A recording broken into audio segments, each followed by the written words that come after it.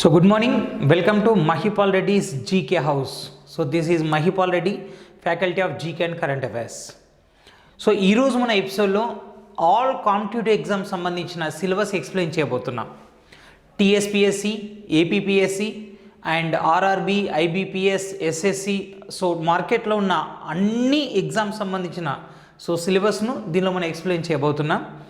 So first of all before going to the class special announcement ఏంటి అంటే, so from April 1 అంటే April 1వ తారీఖు నుంచి మనం ఆన్లైన్ కోర్సెస్ని మొబైల్ యాప్ ద్వారా అందిస్తున్నాం. సో ఏదైతే మహిపాల్ రెడ్డి జీకే హౌస్ అనే యూట్యూబ్ ఛానల్ మీరు సబ్స్క్రైబ్ చేసుకున్నారో, ప్లేస్టోర్ నుంచి మహిపాల్ రెడ్డిస్ జీకే హౌస్ అనే పేరుతో మొబైల్ యాప్ ఉంటుంది. సో దాన్ని కూడా మీరు సబ్స్క్రైబ్ చేసుకోండి అండ్ డౌన్లోడ్ చేసుకోండి.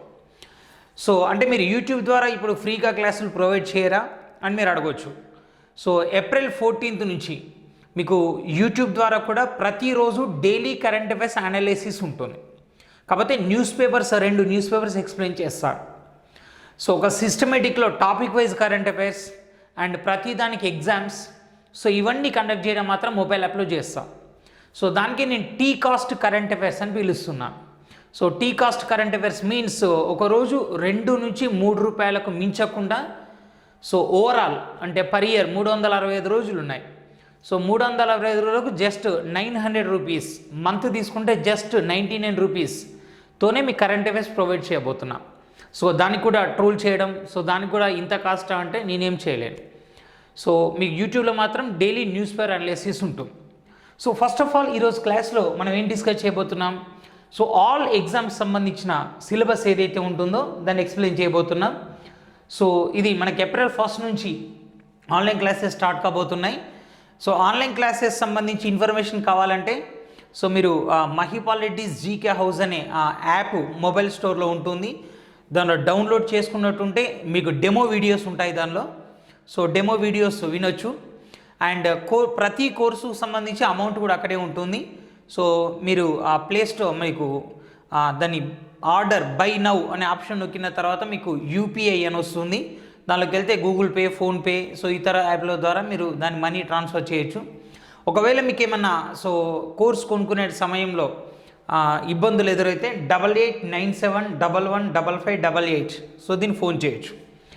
సో అండ్ ఎవరైతే మన కరెంట్ అఫైర్స్ని ఫాలో అవ్వదలుచుకున్నారో సో వాళ్ళకి సంబంధించి నేను ఒక టెలిగ్రామ్ నెంబర్ కూడా మీకు ప్రొవైడ్ చేస్తున్నాను. సో అదేంటంటే మీకు మామూలుగా టెలిగ్రామ్ డౌన్లోడ్ చేసుకున్న తర్వాత మహిపాల్ రెడ్డిస్ జీకే హౌస్ అని కొడితే మీకు మన యాప్ వస్తుంది. దానిలో డైరెక్ట్ జాయిన్ ఆప్షన్ నొక్కడం ద్వారా కావచ్చు. సో లేకపోతే ఇంకా 8897115588కు మీరు దీన్ని మెసేజ్ చేసినా కానీ నేను మీకు షేర్ చేస్తాను లింక్. సో దానిలో డైరెక్ట్గా జాయిన్ కావచ్చు. సో కోర్సెస్ సంబంధించిన వివరాలు ఈ క్లాస్ చివరిలో నేను ఎక్స్ప్లెయిన్ చేస్తాను. అండ్ ఒక స్పెషల్ వీడియో కూడా మీకు పెడతాను. సో రేపటి నుంచి మన క్లాసెస్ ఆన్లైన్ క్లాసెస్ స్టార్ట్ కాబోతున్నాయి. సో మీకు యాజ్ యూజువల్గా యూట్యూబ్లో డైలీ న్యూస్ పేపర్ అనాలిసిస్ ఉంటుంది. సో మరి ఆన్లైన్ క్లాసులలో ఏముంటుంది స్పెషల్గా అంటే నేను దాని చివరిలో ఎక్స్ప్లెయిన్ చేస్తాను. సో ఫస్ట్ ఆఫ్ ఆల్ మనం ఆల్ కాంపిటేటివ్ ఎగ్జామ్స్ సంబంధించిన కరెంట్ అఫైర్స్ డిస్కస్ చేసే ముందు so based on my opinion, నాకున్న ఎక్స్పీరియన్స్ ప్రకారం ఎగ్జామ్స్ అనేవి 2 రకాలుగా ఉంటాయి. సో ఫస్ట్ ఆఫ్ ఆల్ ఏంటంటే ఒకటి basic exams, basic and professional exams. So నాకున్న అనుభవం ప్రకారం సో ఎగ్జామ్స్ అనేవి 2 రకాలు. ఇది శాస్త్రీయమైన విభజన కాదు, నాకున్న అనుభవం ప్రకారం. సో బేసిక్ ఎగ్జామ్స్ అంటే ఏమేమి వస్తాయి, so VRO and Panchayat secretary and police constable and group 4, so ఇట్లాంటి జాబ్స్ అన్నీ బేసిక్స్ కింద వస్తాయి. ఆర్ఆర్బి సో ఇవన్నీ కూడా. అండ్ జీకే కరెంట్ అఫైర్స్ పరంగా తీసుకుంటే ఐబీపీఎస్ కూడా బేసిక్ ఎగ్జామ్స్ కిందకే వస్తుంది. ఈ మధ్యలో ఎస్ఎస్సి జీడి సో వచ్చింది, అది కూడా బేసిక్ ఎగ్జామ్స్ కిందకే వస్తుంది. సో ఇక రెండోది ప్రొఫెషనల్ ఎగ్జామ్స్ అన్నారు. సో ప్రొఫెషనల్ ఎగ్జామ్స్ అంటే ఏమేమి వస్తాయి, సో బేసిక్ ఎగ్జామ్స్ అంటే ఇప్పుడు ఉన్నవన్నీ డిస్కస్ చేశాం కదా. సో ప్రొఫెషనల్ అంటే ఏమేమి వస్తాయి, సో ప్రొఫెషనల్ అంటే గ్రూప్ 1 డిఎస్సి అండ్ తర్వాత agriculture officer and assistant engineer and junior lecturers and drug inspectors and divisional accounts officer, ఇట్లాంటివన్నీ ప్రొఫెషనల్ ఎగ్జామ్స్ కిందకి వస్తాయి. వీళ్ళందరికీ జీకే కరెంట్ అఫైర్స్ ఉంటుంది. మనం యాప్ ద్వారా కానీ యూట్యూబ్లో కానీ పిల్లలకి ఏం చెప్తున్నాం, జీకే అండ్ కరెంట్ అఫైర్స్ మేము ప్రొవైడ్ చేస్తున్నాం అని చెప్తున్నాం. జీకే అండ్ కరెంట్ అఫైర్స్ అంటే ఎగ్జామ్స్లో జీకే వేరు ఉంటుందా, కరెంట్ అఫైర్స్ వేరు ఉంటుందా తెలుసుకోవాలంటే ఫస్ట్ ఇది వినండి. సో ఇప్పుడు నేను చెప్పిన బేసిక్ ప్రొఫెషనల్ ఎగ్జామ్స్ ఏవైతే ఉన్నాయో వీళ్ళకి జీకే కరెంట్ అఫైర్స్ ఉంటుంది. సో ఎంత ఉంటుంది అంటే సో వీళ్ళకి జీకే వచ్చేసి 40% వరకు ఉంటుంది అండ్ కరెంట్ అఫైర్స్ వచ్చేసి సో 60% వరకు ఉంటుంది. కరెంట్ అఫైర్స్ వచ్చి 60% ఉంటుంది. సో 50-50 అనుకోవద్దు. సో జీకేకు 40%, కరెంట్ అఫైర్స్ 60%. సో అండ్ రెండోది ఏంటంటే high authenticated jobs. High authenticated అంటే అత్యున్నత పరీక్షలు కొన్ని ఉంటాయి బేసిక్ ఎగ్జామ్స్ కాకుండా. సో అత్యున్నత పరీక్షలు కనుక తీసుకున్నట్టుంటే సో మీకు ఏమేమి వస్తాయంటే గ్రూప్ 1 వస్తుంది అండ్ తర్వాత గ్రూప్ 2 వస్తుంది. సో గ్రూప్ 3 అండ్ తర్వాత యూనిఫామ్ జాబ్స్కి వస్తే ఎస్ఐ. ఇది కాకుండా ఇంటెలిజెన్స్ బ్యూరో ఇట్లాంటి ఎగ్జామ్స్ అన్నీ దీనిలో ఉంటాయి. సో అత్యున్నత పోటీ పరీక్షలు అన్నమాట. సో దీనిలో కూడా జీకే కరెంట్ అఫైర్స్ ఉంటుంది. ఎంత ఉంటుంది సో అంటే మీకు వచ్చేసి జీకే సో 20% ఉంటుంది అండ్ కరెంట్ అఫైర్స్ వచ్చేసి 80% ఉంటుంది. సో మీరు ఎగ్జామ్ ఏదైనప్పటికీ కూడా అది బేసిక్ ఎగ్జామ్ అయినా ప్రొఫెషనల్ ఎగ్జామ్స్ అయినా హై అథెంటికేటెడ్ ఎగ్జామ్స్ అయినా సో మీకు జీకే కరెంట్ అఫైర్స్ అనేది 2 రకాలుగా ఉంటుంది. సో ఏలో అయినా కరెంట్ అఫైర్స్ ఎక్కువగా ఉంటుంది, జీకే కొంచెం తేడా ఉంటుంది అన్నమాట. సరే ఇప్పుడు అభ్యర్థులు క్వశ్చన్ అడుగుతున్నాను, సార్ ఎగ్జామ్స్లో జీకే వేరుగా ఉంటుంది, కరెంట్ అఫైర్స్ వేరుగా ఉంటుందా, సో లేకపోతే రెండు వేరువేరా అని అడగవచ్చు. సో ఇక్కడ ఇష్యూ ఏంటంటే మనకి ఒకప్పటి జీకే కరెంట్ అఫైర్స్కి ఇప్పటి జీకే కరెంట్ అఫైర్స్కి మీరు తేడా తెలుసుకోవాలి. ఒకప్పుడు జీకే వేరు, కరెంట్ అఫైర్స్ వేరు. ఒకప్పుడు జీకే వేరు, కరెంట్ అఫైర్స్ వేరు. కానీ ఇప్పుడు జీకేను ఫాలో అవుతూనే కరెంట్ అఫైర్స్ వస్తుంది. సో తేడా ఏంటో చూడండి. సో ఓల్డ్ మోడల్ కనుక తీసుకున్నట్టుంటే సో జీకే క్వశ్చన్స్ ఎలా అడిగేవాడు, ల్యాండ్ ఆఫ్ థండర్ బోల్ట్ అని దేన్ని పిలుస్తారు అని అడిగేవాడు. సో పిడుగుల దేశం అని దేన్ని పిలుస్తారు, ఇది జీకే. సో కరెంట్ అఫైర్స్ తీసుకున్నారనుకోండి, నేపాల్ ప్రధానమంత్రి ఎవరు, సో నేపాల్ ప్రధాని ఎవరు, సో ఇది కరెంట్ అఫైర్స్. ఈ రెండింటికి సంబంధం ఉందా, లేదు. ల్యాండ్ ఆఫ్ థండర్ బోల్ట్ అని భూటాన్ అంటారు. సో నేపాల్ ప్రధాని వేరే, రెండు వేరువేరు దేశాలు, వేరువేరు టాపిక్స్ అవన్నీ కూడా. ఒకప్పుడు సంబంధం లేదు. బట్ ఇప్పుడున్న ట్రెండ్ ఏంటంటే సో రెండు ఒకదానికొకటే సంబంధం ఉంటాయి. ఎలానో చూడండి. ఎగ్జాంపుల్ మీకు 2019 మార్చ్లో 2019 మార్చ్లో AP constable so mains exam జరిగింది. ఏపీ కానిస్టేబుల్ మెయిన్స్ ఎగ్జామ్ జరిగింది. సో అప్పుడు క్వశ్చన్ ఇచ్చాడు చూడండి. ఎగ్జాంపుల్ మనకు 2018 నవంబర్లో కులదీప్ నయ్యర్ అని ఒక ఫేమస్ జర్నలిస్ట్, కులదీప్ నయ్యర్ అని ఒక ఫేమస్ పర్సన్ చనిపోవడం జరిగింది. కులదీప్ నయ్యర్ చనిపోయాడు. ఆయన చనిపోయిన తర్వాత ఆయనకు 2019 జనవరిలో పద్మభూషణ్ అవార్డు వచ్చింది. సో భారత అత్యున్నత పౌర పురస్కారాల్లో భారతరత్న, పద్మవిభూషణ్ తర్వాత పద్మభూషణ్ అవార్డు వచ్చింది. మీ ఎగ్జామ్ వచ్చేసి 2019 మార్చిలో జరిగింది. 2019 మార్చిలో. ఇప్పుడు కులదీప్ నయ్యర్కు సంబంధించి క్వశ్చన్ అడిగాడు. ఏమన్నాడు, సో కులదీప్ నయ్యర్కు సంబంధించి సరికానిది గుర్తించండి అని అడిగాడు. సో సరికానిది గుర్తించండి అని అడిగి ఏం చేశాడు, సో ఆయన కింద సో ఒకటి ఈయన సో రాజస్థాన్లో జన్మించాడు, అండ్ రెండోది ఈయన కలం పేరు ఎక్స్, అండ్ మూడోది ఈయన ఆత్మకథ వై.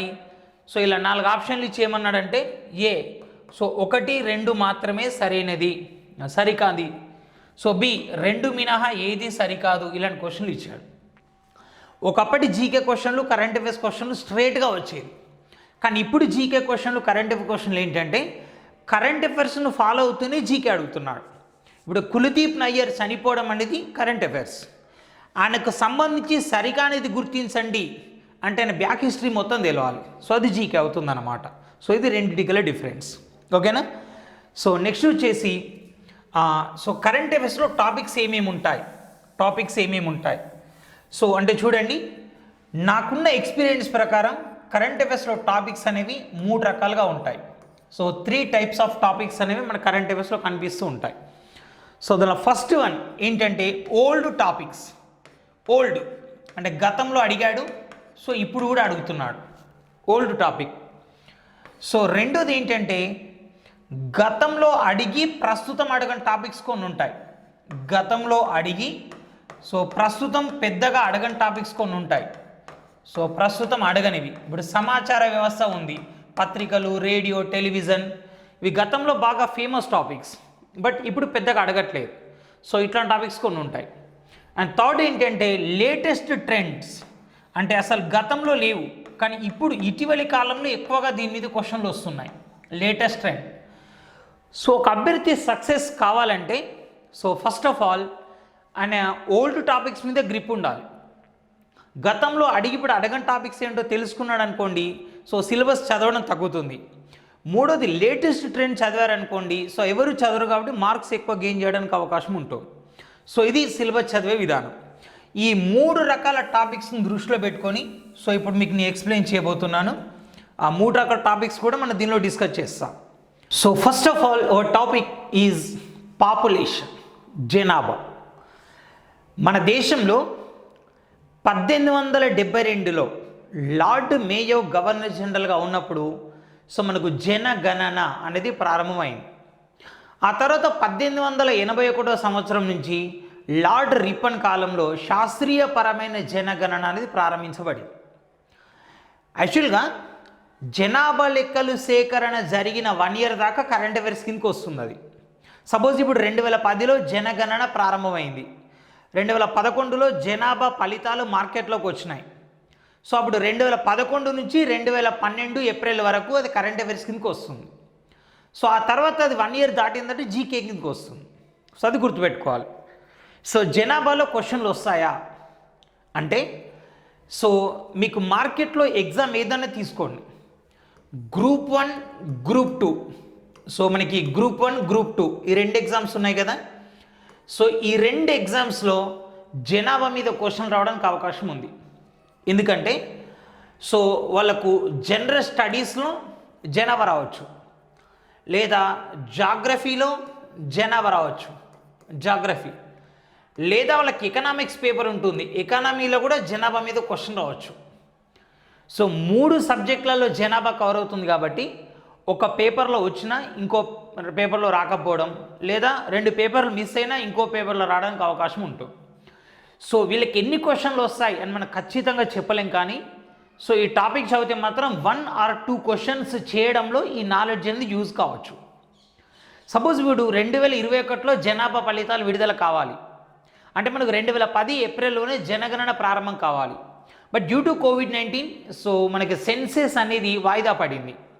సో కాబట్టి ఇప్పుడు జనాభా మీద క్వశ్చన్ అడగడానికి కొంచెం అవకాశం తక్కువ. సో 2022 వరకు సో ఇప్పుడు త్వరలో జనాభా స్టార్ట్ కావచ్చు. 2022 వరకు ఎప్పుడో మధ్యలో సో 1-2 క్వశ్చన్లు అడిగితే అడగవచ్చు. ఎగ్జాంపుల్, సో 2008లో మీకు జనాభా మీద క్వశ్చన్ వచ్చింది. అదేంటంటే దేశంలో ఎస్సీ జనాభా శాతం ఎంత అన్నాడు, ఎస్సీ జనాభా శాతం. అలాగే సో 2012లో క్వశ్చన్ అడిగాడు, సో దేశంలో అత్యధిక జనాభా గల 2వ రాష్ట్రం ఏంటి అన్నాడు.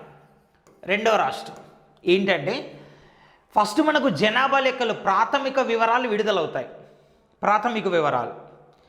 సో ఆ తర్వాత కొద్ది రోజులు టైం తీసుకొని తుది ఫలితాలు విడుదలవుతాయి. సో గతంలో ఉత్తరప్రదేశ్ తర్వాత సో బీహార్ ఉండేది ప్రాథమిక ఫలితాలు విడుదల అయినప్పుడు, కానీ ఆ తర్వాత మహారాష్ట్ర సెకండ్ ప్లేస్కి వచ్చింది. ఆ మార్పు అభ్యర్థి గమనించాడా లేదా అనే విషయం తెలుసుకోవడం కోసం ఈ క్వశ్చన్ అడిగాడు. అంటే కరెంట్ అఫైర్స్లో నాలెడ్జ్ ఎంత ముఖ్యమో దాని అప్డేట్ నాలెడ్జ్ చేసుకోవడం కూడా అంతే ముఖ్యం. ఒక అభ్యర్థి జనాభా తొలి ఫలితాలు చదువుకున్నట్టుంటే ఉత్తరప్రదేశ్ తర్వాత అత్యధిక జనాభా గల రాష్ట్రం ఆయన దృష్టిలో బీహార్, కానీ తుది ఫలితాలు కనుక చదువుకున్నట్టుంటే సో ఆయనకు మహారాష్ట్ర సెకండ్ ప్లేస్లోకి వచ్చిందని అర్థమవుతుంది. సో అందుకని ఇష్యూ ఏంటంటే సో ఇక్కడ దీని మీద కొంచెం జాగ్రత్తగా ఉండాలి. So population one is the most important.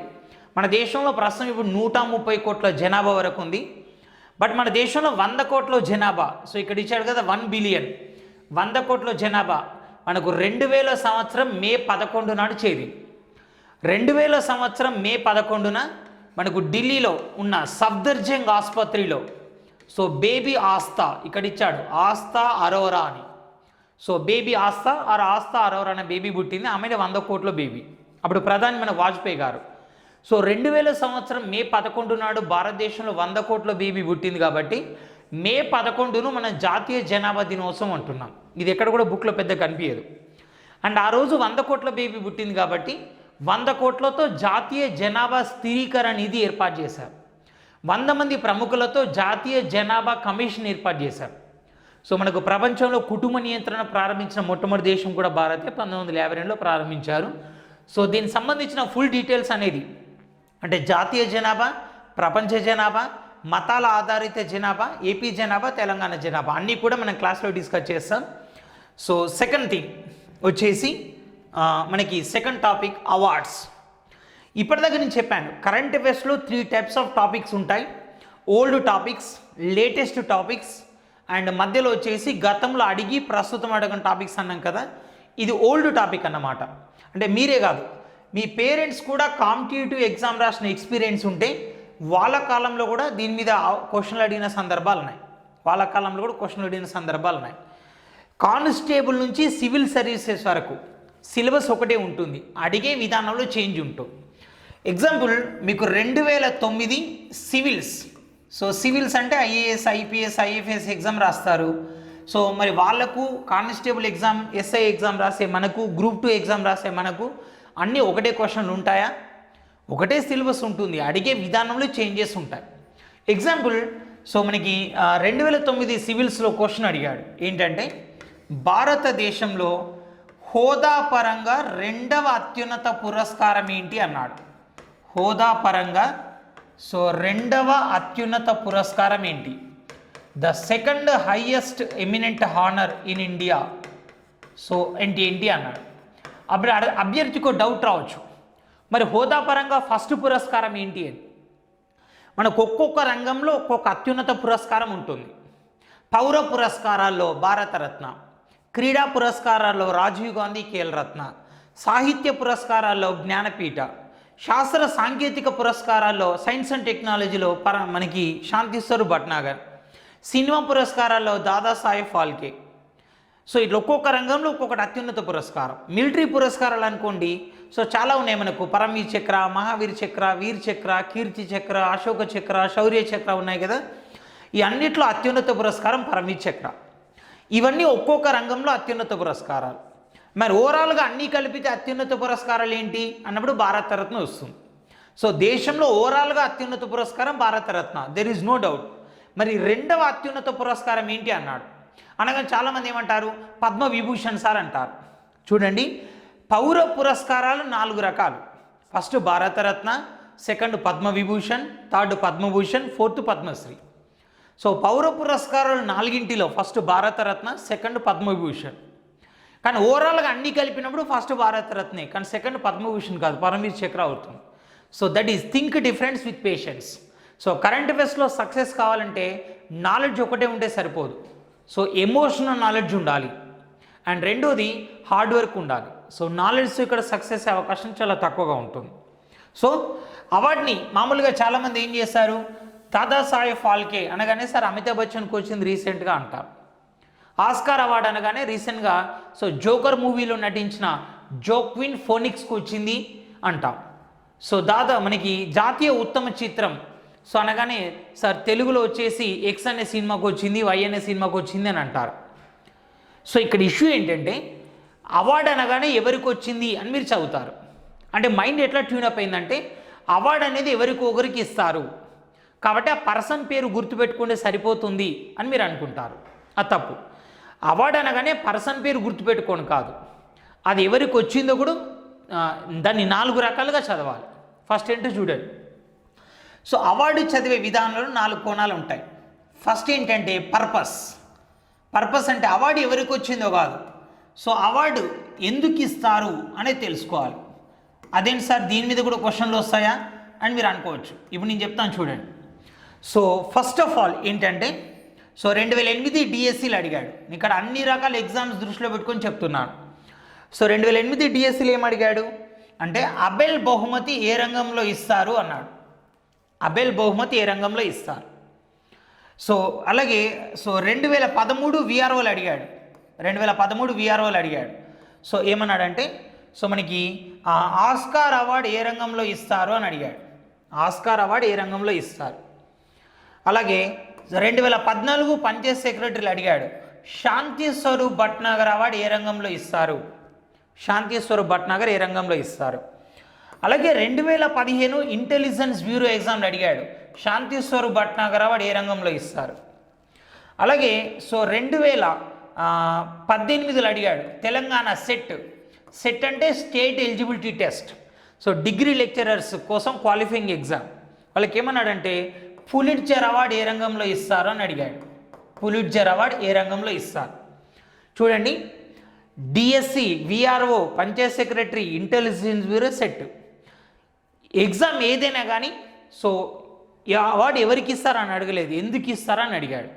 అంటే first you should know purpose, ఉద్దేశం ఏంటి. సో సెకండ్ వన్, మొత్తం మన అవార్డుని 4 కోణాల్లో ఇస్తారని చదువుకున్నాం కదా. సో ఫస్ట్ పర్పస్ అడిగా.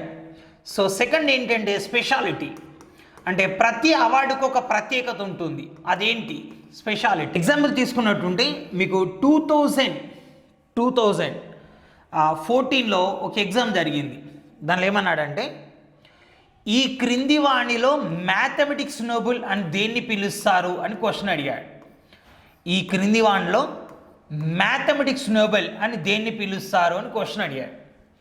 చాలామంది ఏం చేస్తారు, దేన్ని పిలుస్తారు అనగానే అబెల్ బహుమతిని పిలుస్తారు అని క్వశ్చన్ అడిగారు.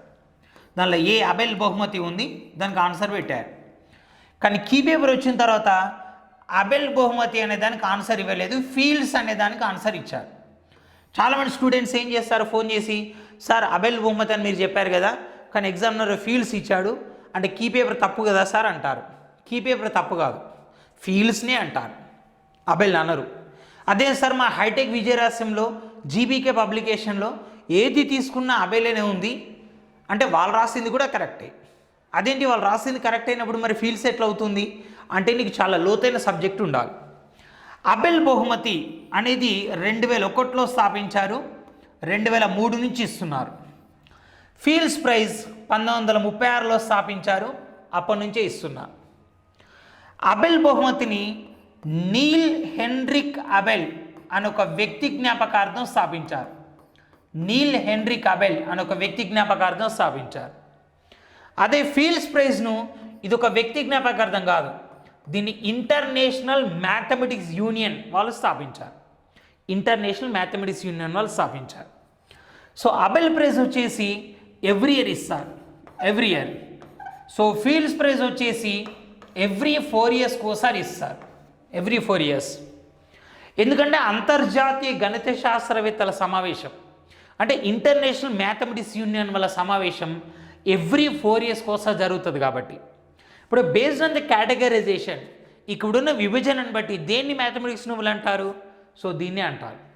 నీకు అబెల్ ప్రైజ్ను మ్యాథమెటిక్స్ నోబెల్ అంటారని తెలిస్తే జీకే వచ్చినట్టు, అబెల్ ప్రైజ్ను కాదు ఫీల్డ్స్ ప్రైజ్ను అంటారని తెలిస్తే నీకు జనరల్ స్టడీస్ వచ్చినట్టు. So that is the difference between GK and general studies. So ఇంత లోతైన సబ్జెక్ట్ కావాలంటే మీకు చెప్పమని అనట్లేదు, కానీ సిస్టమేటిక్ పద్ధతిలో చెప్పాలి అంటే నంబర్ ఆఫ్ వీడియోస్ చేయాల్సి ఉంటుంది. సో నంబర్ ఆఫ్ వీడియోస్ చేయాల్సి ఉన్నప్పుడు మనకు టెక్నీషియన్ని, మనకు ఒక వ్యవస్థని ఏర్పాటు చేసుకోవాల్సి ఉంటుంది. సో అందుకే టీ కాస్ట్ కరెంట్ అఫైర్స్, మీరు రోజు ఒక టీ తాగిన దానిలో సగం ఖర్చుతోనే అంటే పర్ డే అప్రాక్సిమేట్లీ 3 రూపీస్ ఇన్వెస్ట్మెంట్తోనే అంటే పర్ ఇయర్లో వచ్చేసి మ్యాక్సిమం 1000 రూపీస్ కన్నా బిలోతోనే, పర్ మంత్ 100 రూపీస్ కన్నా తక్కువతోనే సో మీ కరెంట్ అఫైర్స్ ప్రొవైడ్ చేయడానికే మేము ఆన్లైన్ క్లాసెస్ స్టార్ట్ చేస్తున్నాం ఏప్రిల్ 1 నుంచి. సో దాని డీటెయిల్స్ దీని చివరిలో ఉంటాయి. సో మళ్ళీ కావాలంటే దానికోసం స్పెషల్ వీడియో ఉంటుంది, మీరు మా మొబైల్ యాప్ని డౌన్లోడ్ చేసుకున్న తర్వాత కూడా దానిలో చూడొచ్చు. ఇప్పుడు ఏమన్నా నేను అవార్డుని 4 కోణాల్లో చదవాలి అన్నాను. So first purpose, so second speciality, and third one ఏంటి అంటే చూద్దాం. సో గ్రహీత, సో రిసిపియెంట్. మీరేం చేస్తారంటే ఈ ఫస్ట్ 2 ఎగరగొట్టేస్తారు. సో అవార్డు పర్పస్ ఏంటి, స్పెషాలిటీ ఏంటి చదవరు, గ్రహీత చదువుతారు. ఆ గ్రహీత కూడా ఏం చేస్తారు, సో లేటెస్ట్ గ్రహీత ఎవరిని మాత్రమే చదువుతారు. అలా కాదండి, సో లేటెస్ట్ గ్రహీత ఎవరని చదవాలి, యాజ్ వెల్ యాజ్ ఫస్ట్ గ్రహీత ఎవరని కూడా చదవాలి. ఫస్ట్ ఎవరికి వచ్చి ఎగ్జాంపుల్ 2016లో Raman Magsaysay award Bezawada Wilson అనే వ్యక్తికి వచ్చి, బెజవాడ విల్సన్ పాకీపన్ అంటే మలమూత్రాదులను ఒకప్పుడు చేతులతో ఎత్తి బకెట్లో నింపి ఊరు బయటికి తీసుకెళ్లేవాళ్ళు. సో వాళ్ళ ఆ వృత్తిలో మనుషులు ఉపయోగించడాన్ని నిర్మూలించే విధంగా ఆయన సఫాయి కర్మచారి ఆందోళన్ అని ఒక సంస్థ పెట్టి పోరాడాడు. దానిగా ఆయనకు రామన్ మెగాసేసే అవార్డు వచ్చింది. సో అది కరెంట్ అఫైర్స్. కానీ ఏపీ కానిస్టేబుల్ వాళ్ళకి ఏమన్నాడంటే జీకే అడిగాడు. ఎలా అడిగాడు? 2016 రామన్ మెగాసేసే అవార్డు గ్రహీత బెజవాడ విల్సన్. అయితే ఈ అవార్డు పొందిన తొలి భారతీయుడు అని అడిగాడు. ఎప్పుడైనా కరెంట్ అఫైర్స్ని ఫాలో అవుతుంది జీకే వస్తుంది. అంటే ఒక అవార్డు చేయనప్పుడు ఫస్ట్ ఎవరికి వచ్చిందో చదవాలి, లేటెస్ట్ ఎవరికి వచ్చిందో చదవాలి. ఒకవేళ ఫస్ట్ గ్రహీత కనుక పురుషుడు అనుకోండి, అప్పుడు ఫస్ట్ మహిళా గ్రహీత గురించి చదవాలి. ఫస్ట్ మహిళా గ్రహీత గురించి. ఒకవేళ ఫస్ట్ వచ్చిందే మహిళకు అనుకోండి, పురుషుడు గురించి చదవాల్సిన అవసరం లేదు. ఇది మూడో కోణం. పర్పస్, స్పెషాలిటీ అండ్ తర్వాత మూడోది వచ్చేసి గ్రహీత. ఇక నాలుగోది ఏంటంటే అనలైటికల్ స్టడీ, అంటే లోతైన అధ్యయనం, అంటే విశ్లేషణాత్మక అధ్యయనం. అనలైటికల్ స్టడీ అంటే ఏంటి చూడండి, మీరు కరెంట్ అఫైర్స్లో ఏ టాపిక్ తీసుకున్నా కానీ 3 స్టేజెస్ ఉంటాయి. ఫస్ట్ అంతర్జాతీయ, తర్వాత జాతీయ, తర్వాత ప్రాంతీయ. సపోజ్ మీరు ఒక అంతర్జాతీయ టాపిక్ గురించి చదువుతున్నారనుకోండి, ఆ టాపిక్ గురించి చదవగానే అది ఇండియా వాళ్ళకి ఎవరికి వచ్చింది అని చదవాలి. ఇండియా వాళ్ళకి ఎవరికి వచ్చింది అని చదవాలి.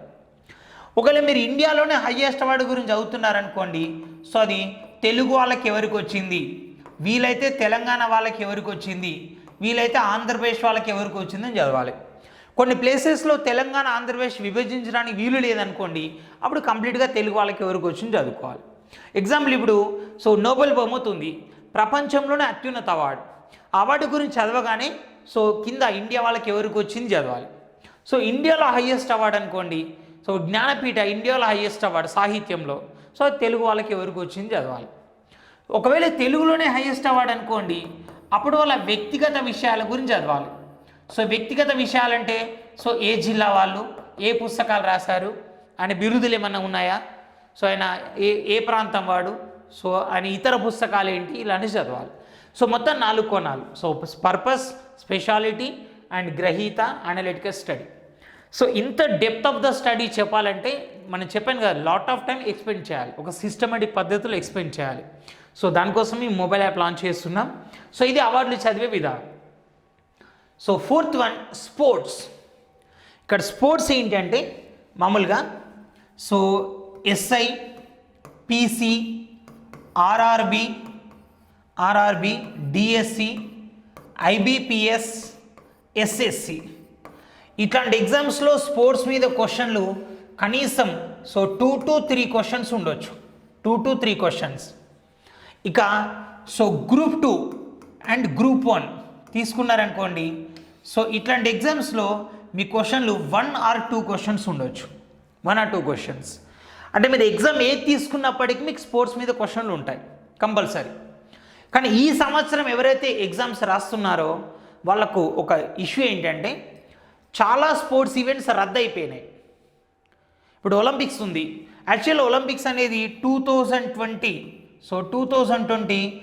జూలై 24 నుంచి ఆగస్టు 9 వరకు జరగాలి. కానీ due to covid that programme rescheduled in to 2021. చాలా ప్రోగ్రామ్స్ రద్దయినాయి, వాయిదా పడ్డాయి. కాబట్టి మీరు అక్యురేట్ ఇన్ఫర్మేషన్ తెలుసుకోవాలంటే కొంచెం ఇక్కడ జాగ్రత్తగా ఉండాలి. మరి స్పోర్ట్స్లో 2 to 3 క్వశ్చన్స్ వస్తున్నాయి అన్నాను, కొన్నకల 1 to 2 క్వశ్చన్స్ వస్తున్నాయి అన్నాను. ఎలా చదవాలి? చాలామంది ఏం చేస్తారు, ఇప్పుడు ఒలింపిక్స్ ఉందనుకోండి, మీరు మార్కెట్లో ఏ మ్యాగజైన్ కొనుక్కున్నా కానీ ఒలింపిక్స్ మీద ఒక 10 పేజీలు ఇస్తాడు. అదంతా చదవాలనుకోండి మీరు బతకలేరు. దాన్ని ఎలా చదవాలి? కరెంట్ అఫైర్స్ మోడ్లో తీసుకుంటే నా దృష్టిలో స్పోర్ట్స్ అనేవి 2 రకాలు. ఒకటి ప్రతిష్టాత్మక క్రీడలు, అంటే వీటిని నేను ఏమంటున్నానంటే ప్రెస్టీజియస్ స్పోర్ట్స్. ఏంటి ప్రతిష్టాత్మక క్రీడలు అంటే చాలా రోజులకు ఒకసారి జరిగే క్రీడలు, చాలా రోజులకు ఒకసారి.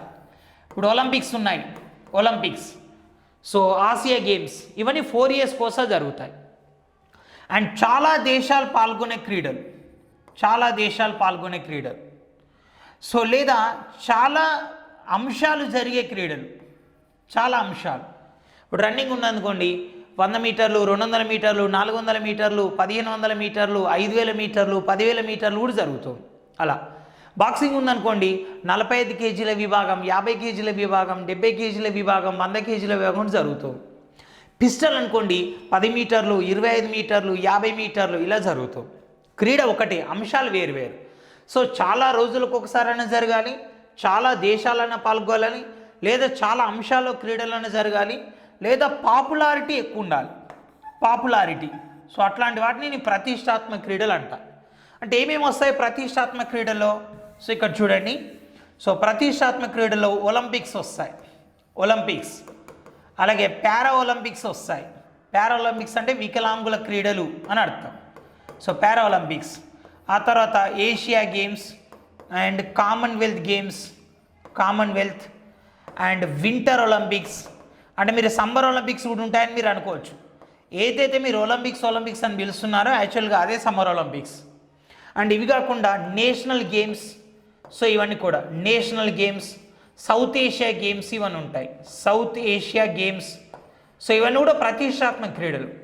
ఇక్కడ ఒలింపిక్స్, పారా ఒలింపిక్స్, ఏషియా, కామన్వెల్త్, వింటర్ ఇవన్నీ ఎవ్రీ 4 years కోసం జరుగుతాయి క్రీడలు.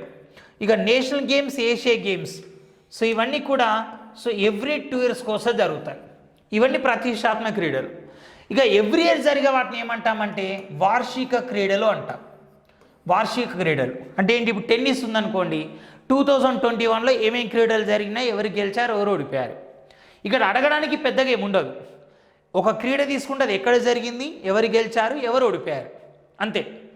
కానీ అడగడానికి ఎక్కువ స్కోప్ ఉన్నది ఏంటంటే ఈ ప్రతిష్టాత్మక క్రీడలో ఉంది.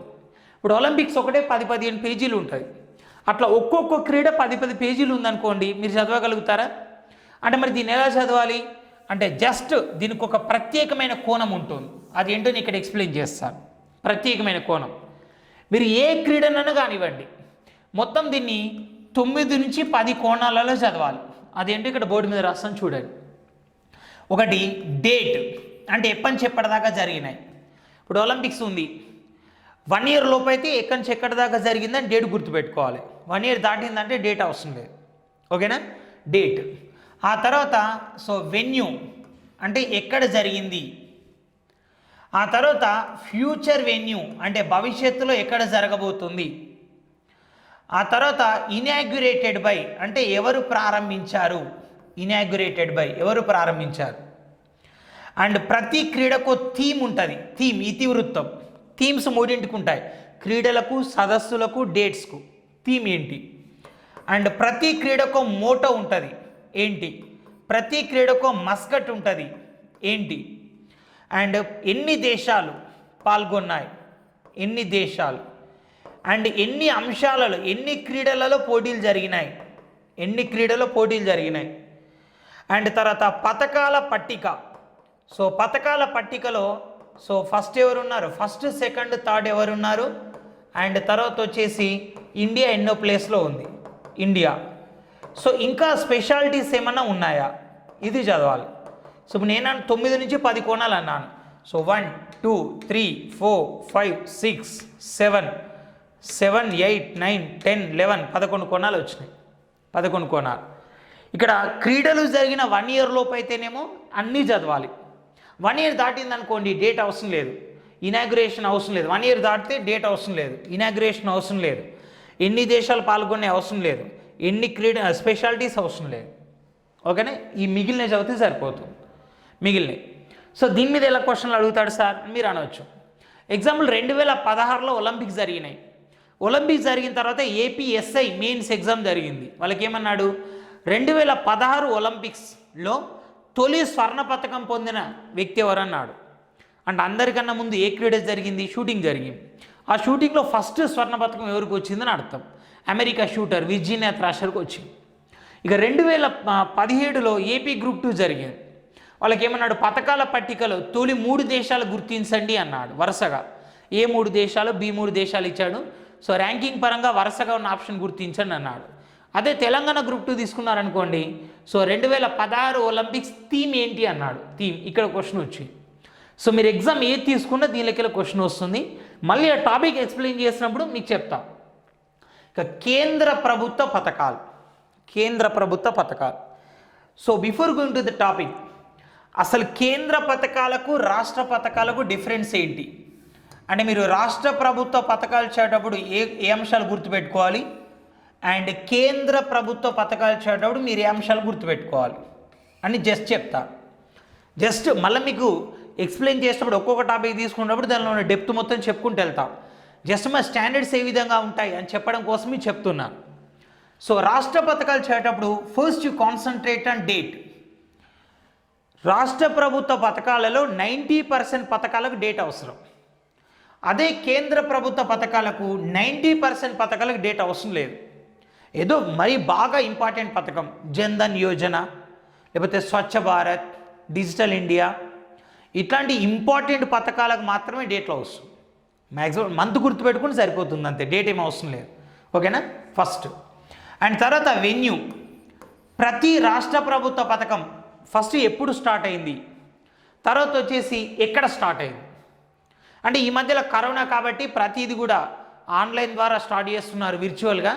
సో మామూలుగానైతే ఒక్కొక్క పథకం ఒక్కొక్క దగ్గర స్టార్ట్ చేస్తుంటారన్నమాట. ఎప్పుడు స్టార్ట్ అయింది, ఎక్కడ స్టార్ట్ అయింది. సో అదే కేంద్ర పథకాలు అనుకోండి, ఎక్కడ స్టార్ట్ అయింది అవసరం లేదు, ఎక్కడ స్టార్ట్ అయింది అవసరం లేదు. సో మూడోది, సో రాష్ట్ర ప్రభుత్వ పథకాల్లో సో మూడోది ఏంటంటే పర్పస్, అంటే ఉద్దేశం. ఇప్పుడు మనం జగనన్న పచ్చ తోరణం ప్రోగ్రామ్ స్టార్ట్ చేసినాం.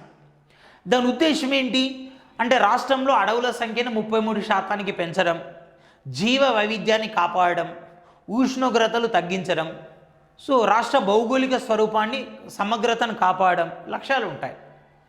ఓకేనా.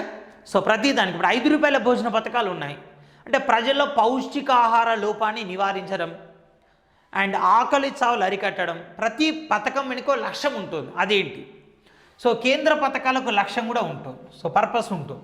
ఇక్కడ చూడండి, రాష్ట్ర ప్రభుత్వ పథకాల్లో డేటు వెన్యూ చదివిన తర్వాత పర్పస్ వస్తుంది. అదే కేంద్ర పథకాల్లో ఫస్టే పర్పస్ వస్తుంది. అండ్ తర్వాత రాష్ట్ర ప్రభుత్వ పథకాల్లో లాస్ట్ వన్ ఏమొస్తుందంటే ముఖ్యాంశాలు వస్తుంది, ముఖ్యాంశాలు. సో అదే కేంద్ర పథకాల్లో కూడా ముఖ్యాంశాలు వస్తుంది. సో ఈ 4 కాగానే రాష్ట్ర ప్రభుత్వ పథకాలు క్లోజ్ అవుతాయి. అంటే రాష్ట్ర ప్రభుత్వ పథకాల్లో సోద్యం ఉండదు, కట్టే కొట్టే తెచ్చే. డేటు, ఎక్కడ స్టార్ట్ అయింది, ఉద్దేశం ఏంటి, ముఖ్యాంశాలు ఏంటి. కానీ కేంద్ర పథకాలు అలా కాదు. సో ఇక్కడ డేట్ ఉండదు, వెన్యూ ఉండదు, ఇవి ఉండవు, ఈ పక్కకు పెట్టండి. సో పర్పస్ ఉంటుంది, ముఖ్యాంశాలు ఉంటాయి. ఉండగానే ఇలాంటి పథకాలు ఇతర రాష్ట్రాలలో ఏ విధంగా ఉన్నాయి అని డిస్కస్ చేయాలి. ఇతర రాష్ట్రాలు ఇప్పుడు 5 రూపాయల భోజన పథకం, పిఎం కిసాన్ ఉంది, ప్రధానమంత్రి కిసాన్ సమ్మాన్ నిధి. అది చదవగానే ఇతర రాష్ట్రాలు ఏ పేరుతో ఉంది అంటే ఏపీ వైఎస్ఆర్ రైతు భరోసా, తెలంగాణ రైతు బంధు అండ్ ఒరిస్సా కాలియా, ఒక్కొక్క రాష్ట్రం ఒక్కొక్క పేరుతో పిలుస్తున్నారు. అంటే కేంద్ర పథకాలు వచ్చినప్పుడు కేంద్ర పథకం చదవాలి. అలాంటి పథకాలు దేశం మొత్తం ఎక్కడున్నాయో అవన్నీ చదవాలి. సో అవన్నీ మేము యాప్ ద్వారా ప్రొవైడ్ చేస్తాం అండ్ యూట్యూబ్లో కూడా మేము డైలీ న్యూస్ పేపర్ అనాలిసిస్ చేస్తాం. Okay. So next one, so Andhra Pradesh ప్రభుత్వ పథకాలు. సో చాలామంది అనుకుంటారు సో మరి ఆంధ్రప్రదేశ్కు సపరేట్ కరెంట్ అఫైర్స్ పెడతారా అని. మేము ఏం చేసినామంటే డిఎస్సికి వేరే కరెంట్ అఫైర్స్, ఎస్ఐకి వేరే కరెంట్ అఫైర్స్ అట్లా కోర్సెస్ పెట్టినాం స్టార్టింగ్లో. కానీ చాలామంది స్టూడెంట్ ఫోన్ చేసి సార్ నేను డిఎస్సి రాస్తున్నాను, ఆర్ఆర్బి రాస్తున్నాను, నేను ఎస్ఐ రాస్తున్నాను, ఆర్ఆర్బి రాస్తున్నాను, 2 కొనుక్కోవాలా అనడంతో మేమేం చేస్తున్నాం, కొంచెం బర్డెన్ అయినా పర్లేదు కానీ all competitive exam Telugu medium ఒక బ్యాచ్, ఇంగ్లీష్ మీడియం ఒక బ్యాచ్ పెడదాం. ఇది 1 మంత్కో బ్యాచ్ ఉంటుంది, 6 మంత్స్కి ఉంటుంది, 1 ఇయర్కి ఉంటుంది. సో 1 మంత్ అయితేనేమో జస్ట్ 99 రూపీస్ అండ్ 6 మంత్స్ అయితేనేమో 499 రూపీస్, 1 ఇయర్ అయితేనేమో 999 రూపీస్. ఇంటర్నెట్ ఛార్జెస్ కూడా కలుపుకొని ఒక పర్సన్ 999 రూపాయలు పెట్టి మా కోర్సులో జాయిన్ అయ్యాడు అనుకోండి, ఒక్కొక్క పర్సన్కు ఇంటర్నెట్ ఛార్జెస్ మేము 100 రూపీస్ దాకా పే చేయాల్సి ఉంటుంది. వేరే కోర్స్ వాళ్ళు యాడ్ చేస్తారు, మీ 999 ప్లస్ 50-60 రూపాయలు యాడ్ అవుతుంది మీకు. సో అది కూడా మేమే బేర్ చేస్తున్నాం. అంటే సంవత్సరంలో మీ దగ్గర 900 మాత్రమే తీసుకుంటున్నాం. 365 రోజులు 900 రూపాయలు అంటే ఒక్కొక్క రోజు 2 రూపీస్ 50 పైసా మాత్రమే పడుతుంది. సో ఇంత హై క్వాలిటీతో, ఇంత డెప్త్ ఆఫ్ ద సబ్జెక్ట్తో అతి తక్కువ ఖర్చుతో అందిస్తున్నది మా ఛానల్ మాత్రమే. సో దీనిలో ఏపీ పథకాలు సపరేట్గా డిస్కస్ చేస్తాను అండ్ తెలంగాణ పథకాలు కూడా సపరేట్గా డిస్కస్ చేస్తాను. అప్పుడు అడుగుతారు చాలామంది, సార్ కరెంట్ అఫైర్స్ అంటే 6 మంత్స్ చదివితే సరిపోతుందా, 1 ఇయర్ చదివితే సరిపోతుందా అని. టాపిక్ని బట్టి టైం ఉంటుంది. ఇప్పుడు జనాభా ఉంది, ఎప్పుడో 10 సంవత్సరాల కింద జనగణన జరిగింది, ఇప్పటి క్వశ్చన్ వస్తుంది. అట్లా నువ్వు అన్ని టాపిక్స్ 10 సంవత్సరాలు చదువుతావా? అవార్డులు ఉంది, ఓన్లీ 1 ఇయర్ చెప్తాం. కేంద్ర ప్రభుత్వ పథకాలు ఉంది, 2014 నుంచి కేంద్ర ప్రభుత్వం అంటే మోడీ ప్రభుత్వం వచ్చినప్పటి నుంచి డిస్కస్ చేస్తాం. అదే ఏపీ పథకాలు ఉందనుకోండి, సో ఇది జగన్మోహన్ రెడ్డి ప్రభుత్వం వచ్చిన కాడ నుంచి 2019 మే 30 నుంచి డిస్కస్ చేస్తాం. అదే తెలంగాణ ప్రభుత్వ పథకాలు అనుకోండి, 2014లో తెలంగాణ ఏర్పాటు జరిగినప్పటి నుంచి కూడా ఒకటే పార్టీ అధికారంలో ఉంది, అప్పటి నుంచి డిస్కస్ చేస్తాం. ఓకేనా? సో కేంద్ర పథకాలు తెలంగాణ పథకాలేమో 2014 నుంచి డిస్కస్ చేస్తాం. ఏపీ పథకాలు 2019 మే 30 నుంచి డిస్కస్ చేయడం జరుగుతుంది. ఎందుకంటే పాత పథకాలు ఏవి కూడా కొత్త ప్రభుత్వం కొనసాగించట్లేదు, అది కారణం. ఓకేనా? సో నెక్స్ట్ వచ్చేసి పర్సన్స్ ఇన్ న్యూస్. మామూలుగా ఎగ్జామ్ ఏదైనప్పటికీ కూడా కరెంట్ అఫైర్స్ ఎన్ని వస్తాయంటే 25 మార్కులు వస్తాయి. 25 మార్కులు. సో 25 మార్కులలో జీకే బేస్డ్ క్వశ్చన్లు ఒక 4 to 5 ఉంటాయి. So and science and technology క్వశ్చన్లు ఒక 3 to 4 ఆ 3 to 5 ఉంటాయి. సో మిగతా 15 క్వశ్చన్లు ఓన్లీ కరెంట్ అఫైర్సే ఉంటాయి, ప్యూర్ కరెంట్ అఫైర్స్ అన్నమాట. ఇది ప్యూర్ కరెంట్ అఫైర్స్, ఇది కరెంట్ అఫైర్స్ రిలేటెడ్ జీకే, ఇది కూడా కరెంట్ అఫైర్సే కాకపోతే టెక్నాలజీ పార్ట్ అన్నమాట. అసలు ఎక్కడ కూడా సైన్స్ అండ్ టెక్నాలజీ ఉండదు. Recent achievements in science and technology in India అని ఉంటుంది. అంటే భారతదేశంలో సైన్స్ అండ్ టెక్నాలజీలో వచ్చిన మార్పులు, అది ఆ టాపిక్ వచ్చిన డిస్కస్ చేస్తాను. సో మొత్తం 25 మార్కులలో మీకు 2 మార్క్స్ 2 మార్కులు వచ్చేసి ఓన్లీ ఈ టాపిక్ నుంచే కవర్ అవుతాయి, అంటే పర్సన్స్ ఇన్ న్యూస్ నుంచి. ఇంత పర్సన్స్ ఇన్ న్యూస్ అంటే ఏమొస్తుంది అంటే ఎన్నికలు. సో ఈ మధ్యలో మన రాష్ట్రంలో ఎమ్మెల్సీ ఎన్నికలు జరిగినాయి, దుబ్బాక అసెంబ్లీ ఎన్నికలు జరిగినాయి, అండ్ హైదరాబాద్ మేయర్ ఎన్నికలు జరిగినాయి. ఏపీ తీసుకుంటే సర్పంచ్ ఎలక్షన్, స్థానిక సంస్థల ఎన్నికలు మొత్తం జరుగుతున్నాయి. సో అవన్నీ డిస్కస్ చేస్తాం. అండ్ తిరుపతికి ఉప ఎన్నిక జరుగుతుంది, సో దాని గురించి కూడా డిస్కస్ చేస్తాం. దేశంలో తీసుకుంటే ఈ 1.5 ఇయర్ నుంచి ఢిల్లీ, బీహార్లలో ఎన్నికలు జరిగినాయి. అండ్ త్వరలో సో పుదుచ్చేరి, అస్సాం అండ్ తర్వాత వచ్చి తమిళనాడు అండ్ కేరళ, ఈ ప్రాంతాలు వెస్ట్ బెంగాల్లో ఎన్నికలు జరుగుతున్నాయి. సో వాటి గురించి కూడా మొత్తం డిస్కస్ చేస్తాం ఇక్కడ. Okay, persons in news. So ఎన్నికలు అండ్ అంతర్జాతీయంగా తీసుకుంటే రకరకాల దేశాలకు అధ్యక్షులు, ప్రధానులు ఎవరు వచ్చారు, అది కూడా ఇక్కడ డిస్కస్ చేస్తాం. అండ్ పర్సన్స్ ఇన్ న్యూస్ తర్వాత నియామకాలు. ఈ మధ్యలో ఎస్సీ కమిషన్ చైర్మన్గా విజయ్ సంప్లా వచ్చాడు, ట్రాయ్ చైర్మన్గా పిడి వఘేలా వచ్చాడు. అలా అంతర్జాతీయంగా తీసుకుంటే సాధారణ సభకి కొత్త అధ్యక్షుడు వచ్చాడు, వోల్కర్ బొజ్కిన్. సాధారణ సభలో ఒక భారత శాశ్వత ప్రతినిధి నియమించబడ్డాడు, సో టిఎస్ తిరుమూర్తి. డబ్ల్యూహెచ్ఓ ఫౌండేషన్కి ఫస్ట్ సీఈఓగా అనిల్ సోని నియమించబడ్డాడు. సో దేశంలో, రాష్ట్రంలో, ప్రపంచంలో టోటల్ నియామకాలు డిస్కస్ చేస్తాం, టోటల్ నియామకాలు. అండ్ తర్వాత థర్డ్ టాపిక్ వచ్చేసి రాజీనామాలు. అంటే ఇటీవల రాజీనామా చేసిన దేశాధ్యక్షులు, గవర్నర్లు ఇవన్నీ వస్తాయి. అండ్ 4వది మరణాలు. ఇటీవల మరణించిన ప్రముఖుల మీద కూడా క్వశ్చన్లు చేయడం జరుగుతుంది. ఈ 4 అంశాలు కలిస్తే దాన్ని పర్సన్స్ ఇన్ న్యూస్ అంటాం, పర్సన్స్ ఇన్ న్యూస్. ఓకేనా? And next one transport system. Actually ఇది మనకు గ్రూప్ 2 అండ్ తర్వాత వచ్చేసి గ్రూప్ 1లో పెద్దగా ఇంపార్టెంట్ కాదు. ఆర్ఆర్బి, ఎన్టీపీసీ, ఎస్ఎస్సి, ఐబిపిఎస్ ఈ ఎగ్జామ్స్లో దీనికి బాగా ప్రాముఖ్యత ఉంది. దీనిలో రైల్ ట్రాన్స్పోర్ట్ సిస్టమ్ గురించి అండ్ ఎయిర్పోర్ట్స్ అండ్ నౌకా రవాణా అండ్ జాతీయ రహదారులు, సో ఇట్లాంటివన్నిటి మీద కూడా దీన్ని డిస్కస్ చేయడం జరుగుతుంది. అండ్ ట్రాన్స్పోర్ట్ సంబంధించి పథకాలు ఏమన్నా వచ్చినాయా? ఉడాన్ పథకం వచ్చింది ఒకటి, ఉడే దేశ్కి ఆమ్ నాగరిక్. అండ్ బుల్లెట్ రైలు కోసం మోడీ జపాన్ అప్పటి ప్రధాని షింజో అబేతో కలిసి శంకుస్థాపన చేశాడు. సో ఇలాంటివన్నీ దీనిలో డిస్కస్ చేయడం జరుగుతుంది. సో ఇవి 1 or 2 క్వశ్చన్స్ రావడానికి అవకాశం ఉంది. దీనిలో 1 or 2 క్వశ్చన్స్ వస్తాయి. ఓకేనా? ఇది గ్రూప్ 1, గ్రూప్ 2కి మాత్రం పెద్దగా ఇంపార్టెంట్ కాదు. సమాచార వ్యవస్థలు. నీ సిలబస్ మొదలుపెట్టిన స్టార్టింగ్లో చెప్పాను, గతంలో అడిగి ఇప్పుడు అడగట్లేదు కొన్ని టాపిక్స్ అని చెప్పాను. సో అవన్నీ కూడా దీనిలో వస్తాయి. ఏది? సో పత్రికలు, రేడియో, టీవీ, టెలిఫోన్, టెలిగ్రామ్ అంటే యాప్ కాదు, అప్పట్లో టెలిగ్రామ్ ఉండేది. అండ్ తర్వాత computer, super computers and SMS, MMS and social websites ఉన్నాయి, ఫేస్బుక్, ఇవన్నీ కూడా దీనిలో డిస్కస్ చేయడం జరుగుతుంది. ఓకేనా? సో దీనిలో కూడా 1 క్వశ్చన్ రావడానికి అవకాశం ఉంది. So 1 question. నెక్స్ట్ ప్రాంతీయ అంశాలు. సో ప్రాంతీయ అంశాల్లో మీకు తెలంగాణ అంశాలు సపరేట్గా డిస్కస్ చేస్తాను, ఏపీ అంశాలు సపరేట్గా డిస్కస్ చేస్తాను. అంటే ఎలా? సో ఏపీలో ప్రభుత్వం, మంత్రివర్గం, నియామకాలు, speaker, deputy speaker, DGP, so and advocate general, ఇవన్నీ కూడా.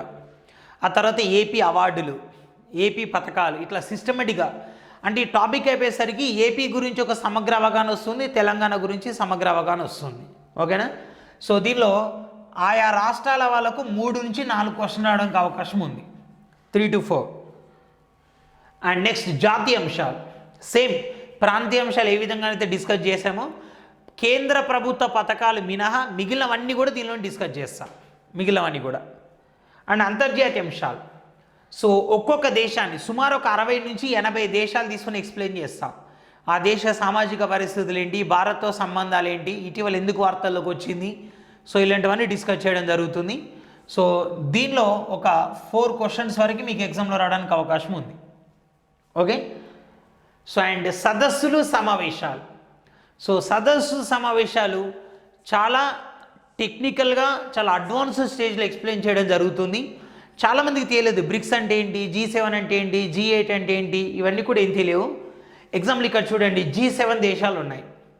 ఆ G7కు రష్యా కలిపితే దాన్నే G8 అంటారు. ఈ G8కి 12 దేశాలు కలిపితే దాన్ని G20 అంటారు. సో ఇట్లా కొన్ని టెక్నిక్స్ ఉంటాయి. సో ఆ టెక్నిక్స్ అనేది ఎక్స్ప్లెయిన్ చేసుకుంటూ వెళ్తాం. ఓకేనా? సో దీనిలో ఓన్లీ మీకు 1 క్వశ్చన్ రావడానికి అవకాశం ఉంది, 1 క్వశ్చన్. అండ్ నివేదికలు ద మోస్ట్ ఇంపార్టెంట్ టాపిక్.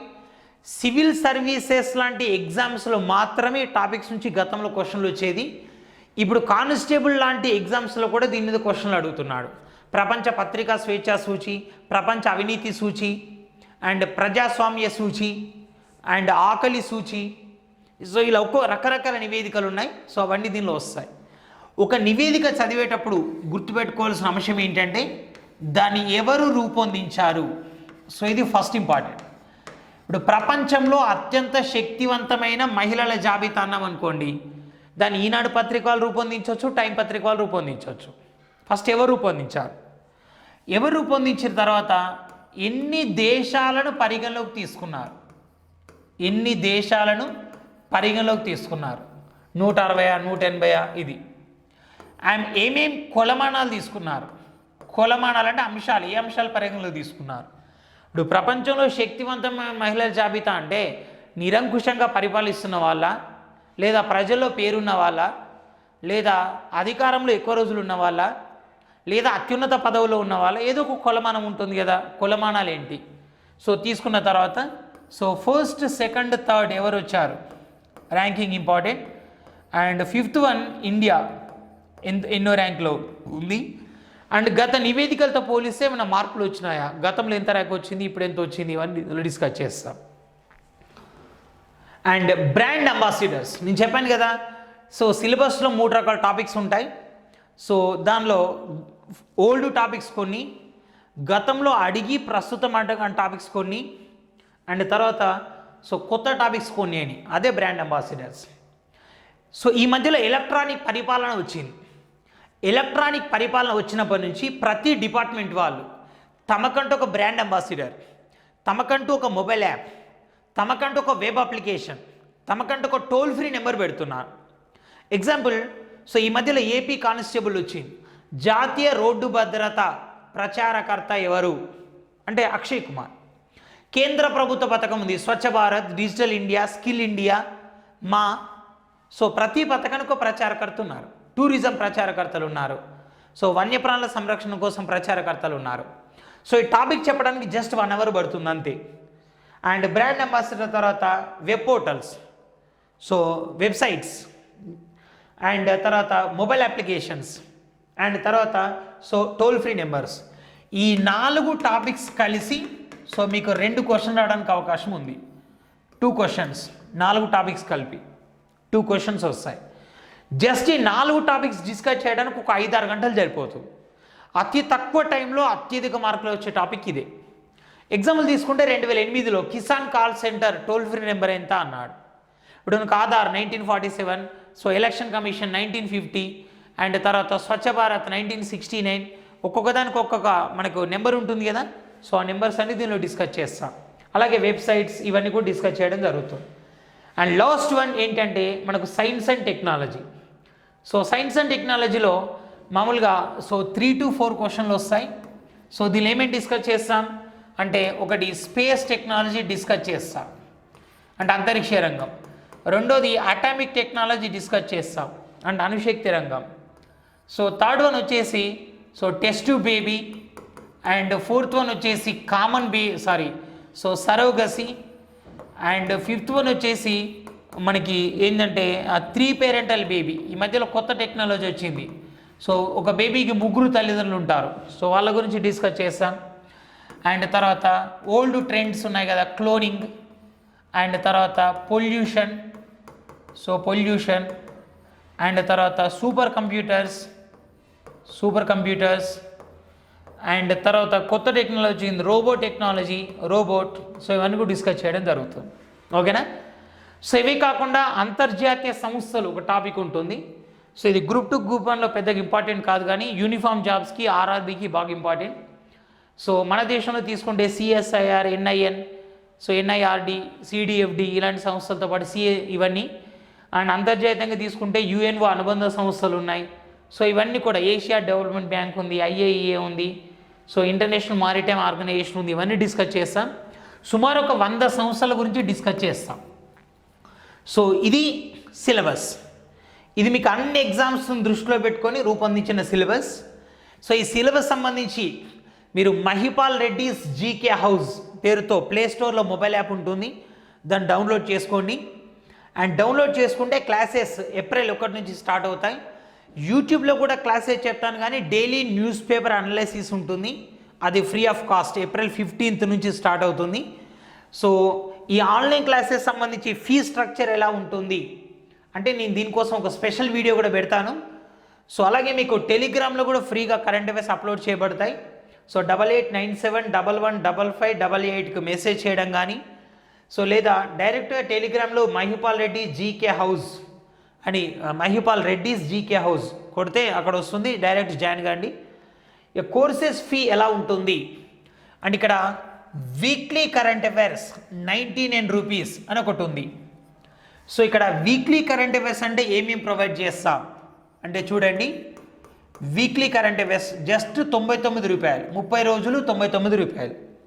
అంటే పర్ డే 3 రూపీస్. మీకు ఇంటర్నెట్ ఛార్జెస్ ఒక 10 రూపీస్ పోతాయి. So per day 3 rupees. ఇక్కడ ఏం చేస్తామంటే ఎవ్రీ సండే మీకు షెడ్యూల్ ఉంటుంది. ఆ వీక్ సంబంధించిన ఒక 6 వీడియోస్ పెడతా. ఆ వారానికి సంబంధించిన 6 వీడియోస్ అదే రోజు అప్లోడ్ అవుతాయి. మీరు చూడడం రోజుకొకటి చూసుకోవచ్చు, ఎప్పుడైనా చూసుకోవచ్చు జాయిన్ అయితే. అండ్ ఆ రోజు మార్నింగ్ ఏం చేస్తామంటే 8 o'clockకి 25 క్వశ్చన్లతో ఎగ్జామ్ పెడతా. 25 క్వశ్చన్లతో ఎగ్జామ్.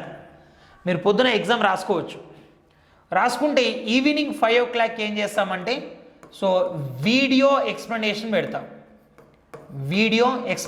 పెడతాం. అంటే 25 క్వశ్చన్లను బోర్డు మీద ఇప్పుడు చెప్పినట్టుగానే ఎక్స్ప్లెయిన్ చేస్తాను, ప్రతి క్వశ్చన్కి ముందు వెనక ఏంటి అని. And every month last Sunday ఏం చేస్తానంటే 2 hours 2 గంటలు లైవ్ క్లాస్ ఉంటుంది. లైవ్ క్లాస్ అంటే మీరు ఆ మంత్కి సంబంధించిన కరెంట్ అఫైర్స్ ఎప్పుడైనా డౌట్లు అడగవచ్చు. మీరు పే చేసేది మంత్కి 99 రూపీస్. బట్ ఈ వీడియో మాత్రం 2 నెలలు ఉంటుంది మీకు కోర్స్. అంటే ఏప్రిల్ నెల 99 రూపీస్ కట్టారనుకోండి, ఏప్రిల్ 30వ తారీఖు తర్వాత కూడా నెల రోజులు ఈ వీడియోస్ అందుబాటులో ఉంటాయి. సో మీరు ఆ నెల రోజులు కూడా చూసుకోవచ్చు. బట్ మీకు కావాలంటే మళ్ళీ 99 రూపీస్ పే చేయాల్సి ఉంటుంది. సో చాలా తక్కువ. సో దీనిలో కూడా బార్గెనింగ్ ఏముంటుంది, చాలా తక్కువ. చాలా మార్కెట్లో చాలామంది కూడా మీ దగ్గర ఎక్కువ మీరు కూడా పే చేసి వింటున్నారు. సో ఇంతకన్నా తక్కువ ఛార్జెస్ పాసిబిలిటీ కాదు. ఇక రెండోది ఏమన్నాను, current affairs for all exams అని అన్నాను. Current affairs for all exam 999 అన్నాను. అంటే తెలుగు మీడియం కావాలనుకున్న వాళ్ళు తెలుగు మీడియం జాయిన్ కావచ్చు, ఇంగ్లీష్ మీడియం కావాలనుకున్న వాళ్ళు ఇంగ్లీష్ మీడియం జాయిన్ కావచ్చు. సో ఏది జాయిన్ కావాలన్నా 999 కట్టాలి. దానిలో ఇంటర్నెట్ ఛార్జెస్ 99 రూపీస్ వాళ్ళు కట్ చేసుకుంటారు. అది మీరు కట్టాల్సిన అవసరం లేదు, మేమే పే చేస్తాం. మీరు కట్టేది 900 రూపాయలు కోర్స్కి. దానిలో ఏమేమి వస్తాయి, ఇప్పటిదాకా చెప్పిన ఇవన్నిటితో పాటు లాస్ట్ 9 నెలలు టాపిక్ వైజ్ కరెంట్ అఫైర్స్ ఉంటుంది. సపోజ్ మీరు ఇప్పుడు 2021 ఏప్రిల్లో చేరారు అంటే 2020 జూన్ నుంచి 2021 ఏప్రిల్ దాకా 9 నెలల కరెంట్ అఫైర్స్ టాపిక్ వైజ్ ఉండి మళ్ళీ ఎక్స్ట్రా ప్రతి మంత్ మీకు 99 కట్టాల్సిన అవసరం లేదు, ఇది యాడ్ కావడమే. సో యాడ్ అవుతుంది. అండ్ లాస్ట్కు 10 గ్రాండ్ టెస్టులు పెడతాం. ఆ గ్రాండ్ టెస్ట్లకి వీడియో ఎక్స్ప్లెనేషన్ కూడా ఉంటుంది. ఒక్కో దానికి వీడియో ఎక్స్ప్లెనేషన్ ఉంటుంది. అంటే 999 కట్టడం వలన లాస్ట్ 9 నెలల కరెంట్ అఫైర్స్ వస్తుంది. అండ్ ప్రతి మంత్ 6 వీడియోలు, ప్రతి వీక్ 6 వీడియోస్ వస్తాయి. ప్రతి ఆదివారం 25 క్వశ్చన్ల ఎగ్జామ్, దానికి వీడియో ఎక్స్ప్లెనేషన్ ఉంటుంది. అంటే సంవత్సరంలో 54 ఆదివారాలు వస్తే 54 ఎగ్జామ్లు ఉంటాయి. అండ్ మళ్ళీ చివరికి 10 గ్రాండ్ టెస్టులు ఉంటాయి, దాని వీడియో ఎక్స్ప్లెనేషన్ ఉంటుంది. అండ్ ప్రతి మంత్ లాస్ట్ సండే అంటే సంవత్సరంలో 12 సండేలు, ఒక్కొక్క నెల ఒక్కొక్క సండే మీకు 2 గంటల లైవ్ సెషన్ క్లాస్ ఉంటుంది. సో ఈ తెలుగు మీడియం వాళ్ళైతే 999 కట్టవచ్చు, ఇంగ్లీష్ మీడియం వాళ్ళు 999 కట్టవచ్చు. సార్ ఇవన్నీ కట్టడం బర్డెన్ అవుతుంది, మేము 1 ఇయర్కు 999 కట్టలేం అనుకున్న వాళ్ళు ఎవరైతే ఉంటారో సేమ్ ఇదే కోర్సును 6 నెలలకు తీసుకోవచ్చు. 6 నెలలకు ఎంత ఉంటుందంటే 499 ఉంటుంది. మీకు దీని మీద లేదు కానీ మీ కోర్స్ అవైలబిలిటీ ఉంది. సేమ్ మీకు సంవత్సరంలో ఏం చెప్తామో ఇవన్నీ ఉంటాయి, కాకపోతే అది 6 నెలలే ఉంటుంది కోర్స్ అంతే. మళ్ళీ మీరు 6 నెలల తర్వాత మళ్ళీ మేము 500 కట్టాలంటే అప్పుడు మీకు ఉన్న దాన్ని బట్టి నిర్ణయం తీసుకోవచ్చు. ఒకవేళ మీరు 6 నెలల తర్వాత ఓల్డ్ స్టూడెంట్స్ కాబట్టి మీరు ఏమైనా ఫోన్ చేసి మీకు కన్సెషన్ ఇవ్వచ్చు. సో అది మీ ఫ్లెక్సిబిలిటీ. సో ఇవన్నీ కాకుండా stock GK for all exams అని ఉంది. సో ఈ తెలుగు మీడియం వేరే ఉంటుంది, ఇంగ్లీష్ మీడియం వేరే ఉంటుంది. స్టాండర్డ్ జీకే, సో అంటే కరెంట్ అఫైర్స్ కాకుండా ఓల్డ్ స్ట్రక్చర్ జీకే ఉంటుంది కదా, సో అవన్నీ కూడా దీన్ని డిస్కస్ చేస్తాం. ఇది పర్ మంత్ అయితే 199, సో 1 ఇయర్ అయితే 499. 365 రోజులకు 499 రూపాయలు. అందులో 90 రూపాయలు ఇంటర్నెట్ ఛార్జెసే పోతాయి.